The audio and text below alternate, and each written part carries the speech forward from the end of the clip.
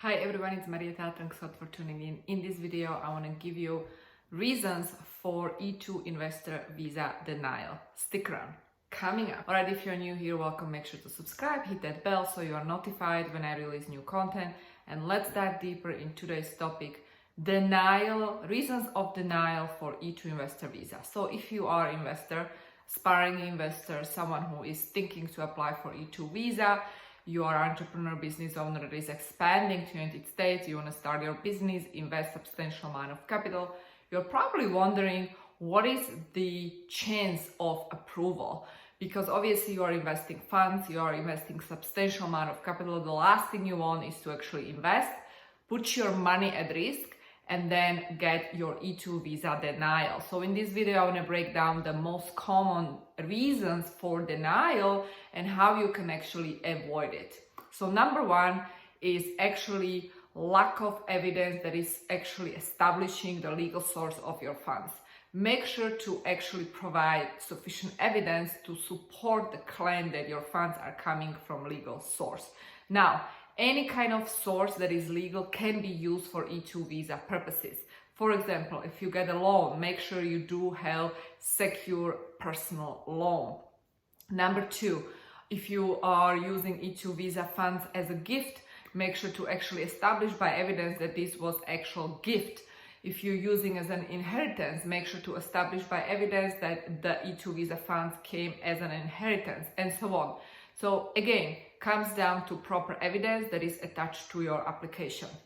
Number two, lack of ties. This is actually paradox because many of you are applying for E2 visa after you sold your property back home, or you are selling assets, so you do have actual substantial amount of capital available to invest to the US economy, and yet E2 visa is non-immigrant visa. That being said, you have to show that you have strong ties to your home country.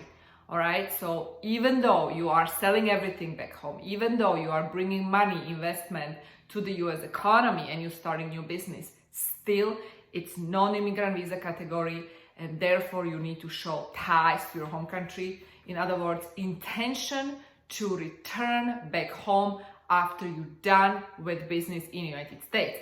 I understand it might sound like a paradox, it doesn't make sense, but that's a must, especially with non-immigrant visa categories.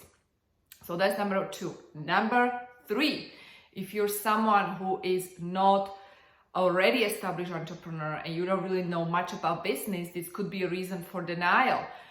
Part of the application should be a comprehensive business plan. Now, when you create your business plan, make sure you understand the numbers. Make sure you understand the future projections. Anywhere from 3 to 5 years, understand where this business is going. Sometimes I have people come to me and they ask me, hey, what kind of business should I start? And that's a wrong question. That already shows me that you are not a real entrepreneur. All you want is to immigrate to the United States, but there is no probability of success because you don't even know why you want to start this business. So you have to understand, like, being an entrepreneur means you need to know the numbers, you need to know the sales plan, you need to know the marketing strategy. And if you don't know, at least you need to hire someone to help you out with that, right? Otherwise, you're not going to create a business that is profitable. Number four, your business must not be marginal.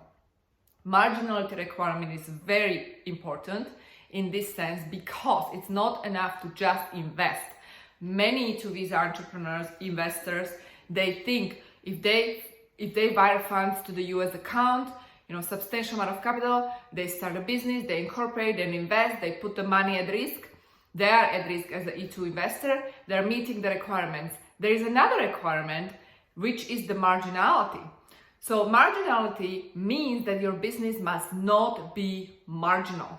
Okay, that's another paradox. How can you create a business from overseas, right? And obviously I understand for some of you, it might be difficult to actually create a business that is not marginal from overseas if you don't have the visa.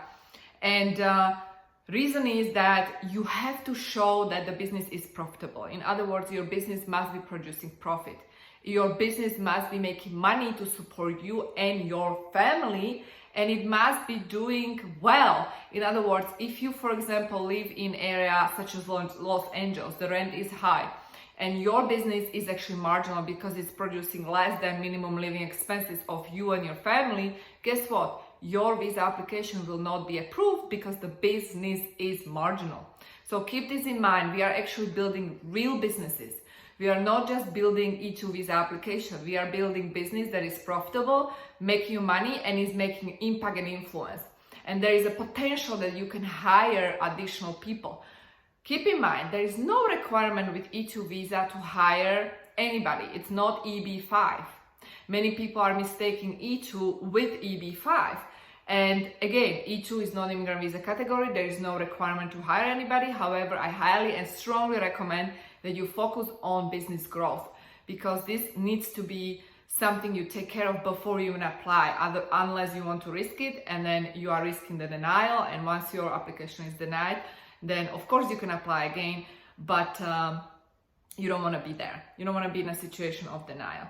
So I hope that this was helpful. If you want to discuss further, you're welcome to book a call with me. Link to book a call is below this video. And also I recommend check out free resources, free webinar trainings below this video.